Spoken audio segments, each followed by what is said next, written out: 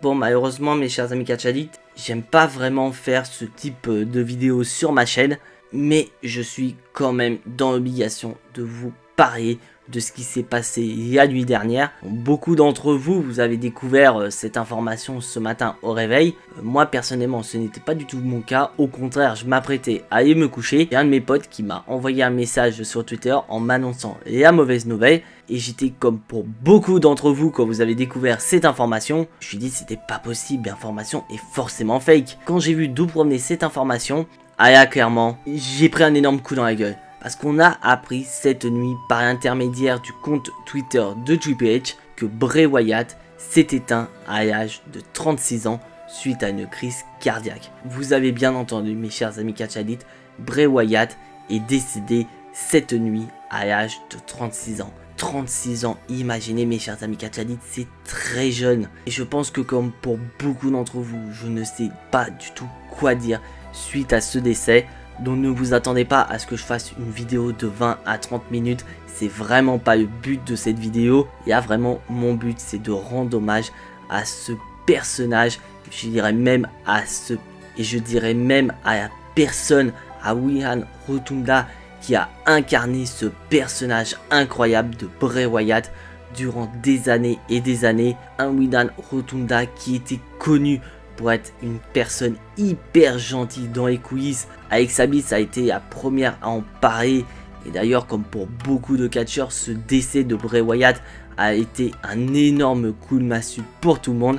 Et Alexa Bliss a dit dans plusieurs interviews que Bray Wyatt était vraiment quelqu'un d'hyper gentil, qui n'hésitait pas à aider tous ceux avec qui il était en train de collaborer dans le but de faire les rivalités qui étaient en cours, que ce soit du côté de Raw ou de SmackDown, que c'était surtout quelqu'un qui était connu pour avoir une sacrée imagination et qui était capable de créer tout et n'importe quoi autour de son personnage. Ce qui fait que Wheelan Rotunda, dès qu'il sentait que sa carrière commençait à régresser, il n'hésitait pas à se réinventer au cours de sa carrière, car pour beaucoup de catch addicts comme moi, on a connu Wheelan Rotunda du côté de la Nexus sous le nom de Husky Noise, et quelques années après il est revenu au sein de la Wyatt Family en tant que Bray Wyatt, et au moment où sa carrière était vraiment très bas, Wheelan Rotunda n'a pas hésité à réinventer son personnage et à nous créer ce fameux personnage de Bray Wyatt et à Firefly Funhouse. Mais surtout mes chers amis catch addicts, Wheelan Rotunda nous a quand même créé ce personnage de The Fiend. Après il y en a, ils vont me dire qu'il y a Vince McMahon qui est derrière tout ça, et c'est vrai, je suis entièrement d'accord. Vince McMahon a sa part dans la création des personnages autour de Bray Wyatt, mais c'est avant toute chose Wheelan Rotunda qui a créé ces personnages, et Vince McMahon a donné son accord pour utiliser ces personnages. Donc ce qui fait que bien que Wheelan Rotunda n'était pas très bon dans le ring, il était avant toute chose très fort pour raconter des histoires.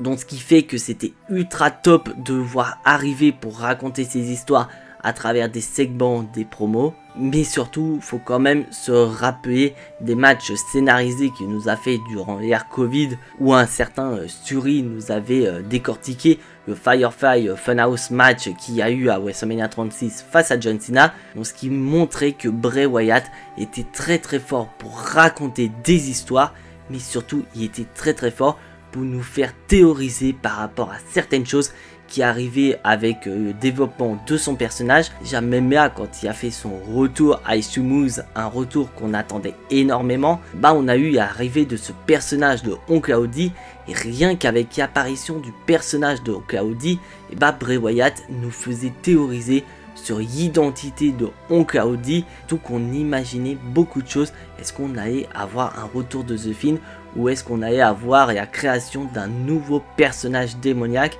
du côté de Bray Wyatt? Et malheureusement, bah, on ne saura pas tout ça mes chers amis catch addicts. Et malheureusement, la crise cardiaque n'est pas due au hasard, car apparemment d'après les médias américains, Bray Wyatt souffrirait d'une maladie cardiaque depuis de nombreuses années. Et déjà dans un premier temps, le décès de Brody n'aurait pas arrangé la santé de Bray Wyatt, mais de plus, on a appris que Bray Wyatt avait été testé positif au Covid en début d'année, donc ce qui justifie la non-présence de Bray Wyatt depuis de nombreux mois à la WWE, mais apparemment ce cas Covid a eu de très mauvais effets sur Bray Wyatt et qui aurait aggravé sa maladie cardiaque, donc ce qui fait que malheureusement, Bray Wyatt a subi une crise cardiaque cette nuit et nous a malheureusement quittés.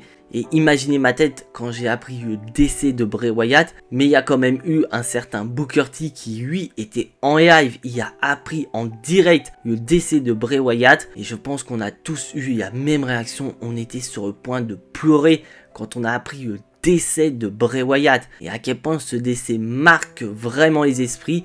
Et bah ce soir c'est SmackDown, la WWE a annoncé que tout ce qui était prévu à l'origine est en suspens. Pour rappel, on partait sur un épisode de SmackDown avec le retour de Jimmy Uso qui allait expliquer tout ce qui se passe autour de son frère, ou encore un match de championnat opposant Io Sky à Zelina Vega. Et bah oubliez tout ça mes chers amis catch addicts, car on n'aura pas du tout ça, car cet épisode de SmackDown sera un épisode hommage à Bray Wyatt. Donc est-ce qu'on va avoir la diffusion de certains matchs qui ont été importants dans la carrière de Bray Wyatt, et est-ce qu'on va avoir des apparitions importantes qui sont relatives au personnage, mais surtout à la personne Winan Rotunda, car pour ceux qui ne savent pas, le frère de Bray Wyatt est Bo Dallas, donc on pourrait très bien avoir Bo Dallas qui pourrait arriver et rendre hommage à son frère, mais on pourrait imaginer également le retour d'un certain Eric Rowan qui pourrait nous faire la même chose qu'il a fait il y a de ça quelques années du côté de chez All Elite et venir rendre hommage à son frère Bray Wyatt lors de cet épisode de SmackDown. C'est tout à fait possible. Qu'après je vous laisse me dire dans les commentaires mes chers amis catch addicts, quel est selon vous le meilleur moment de la carrière de Bray Wyatt. Moi j'ai envie de dire, pour moi le meilleur moment de sa carrière c'est sa rivalité face à Randy Orton à l'approche de WrestleMania 33, où on a Bray Wyatt qui réussit à faire venir Randy Orton au sein de la Wyatt Family, et après plusieurs semaines, Randy Orton décide de trahir Bray Wyatt et on a ce match du côté de WrestleMania 33. Bon ok, le match n'était pas ouf, mais la rivalité au contraire était excellente. Et ça prouve une seule chose mes chers amis catch addicts, Bray Wyatt n'avait pas besoin d'avoir un titre de champion du monde pour briller, et que rien que ces histoires étaient suffisants pour qu'on arrive à être derrière lui, et c'est ce qui fait qu'il était l'un des meilleurs à la WWE. Donc voilà, je pense qu'on va s'arrêter là. Le but c'était vraiment de rendre hommage à ce catcheur qui était Bray Wyatt. Donc n'hésitez pas à partager votre avis dans les commentaires, n'hésitez pas à lâcher le pouce bleu si vous avez aimé cette vidéo et partager un maximum cette vidéo pour rendre hommage à Bray Wyatt. Et donc on se retrouve demain pour les résultats de SmackDown. Comme je l'ai dit, cette vidéo n'était pas du tout prévue, mais je vous dis à la prochaine mes chers amis catch.